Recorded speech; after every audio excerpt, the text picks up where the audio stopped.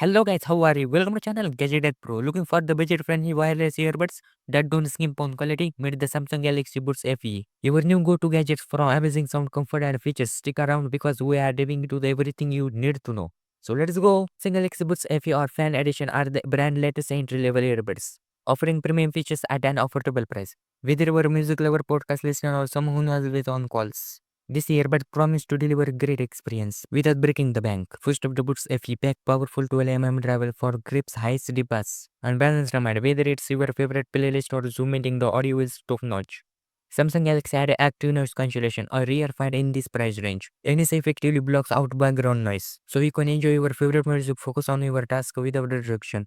With up to 6 hours of playback on a single charge, and additional 21 hours of with charging case. These earbuds easily keep with your busy days. The Buds FE are lightweight and ergonomic design, fitting singly in your long listing season without the discomfort.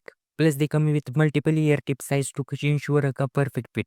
Control everything with just a tap. Adjust volume, dips, tracker, and answer calls. Using Intuitive touch control on the earbuds.